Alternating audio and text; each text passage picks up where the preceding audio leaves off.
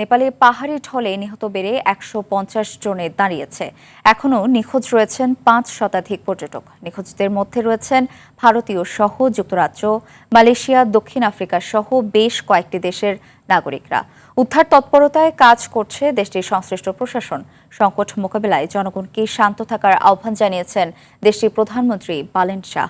এদিকে চীনের তিব্বতেও নিহত হয়েছে ৩ জন। বিস্তারিত আব্দুল মালিকের রিপোর্টে।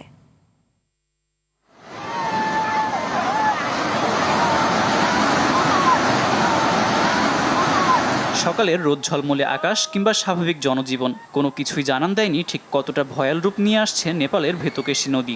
আকস্মিক বন্যায় নেপালের রাশিয়া সহ বেশ কয়েকটি অঞ্চল হঠাৎই রূপ নেয় মৃত্যুপুরীতে।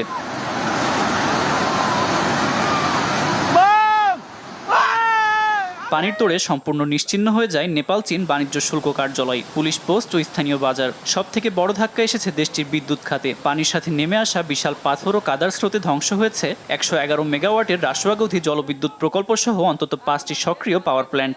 বিপর্যয় নেমে এসেছে স্থানীয় বাসিন্দাদের জনজীবনেও।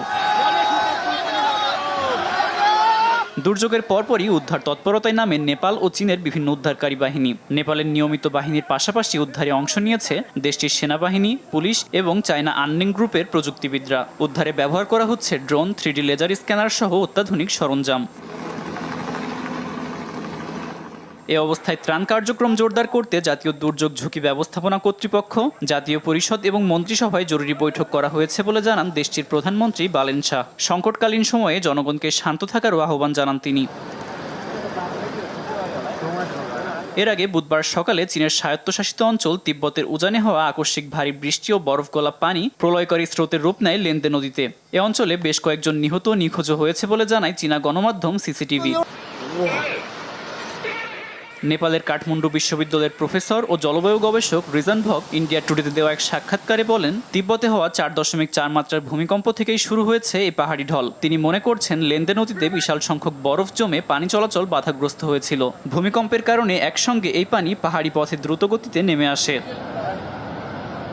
এ ঘটনায় গভীর শোক প্রকাশ করেছে যুক্তরাজ্য, Australia, Finland, France, Norway, Switzerland সহ ইউরোপীয় ইউনিয়নের দূতাবাসগুলো।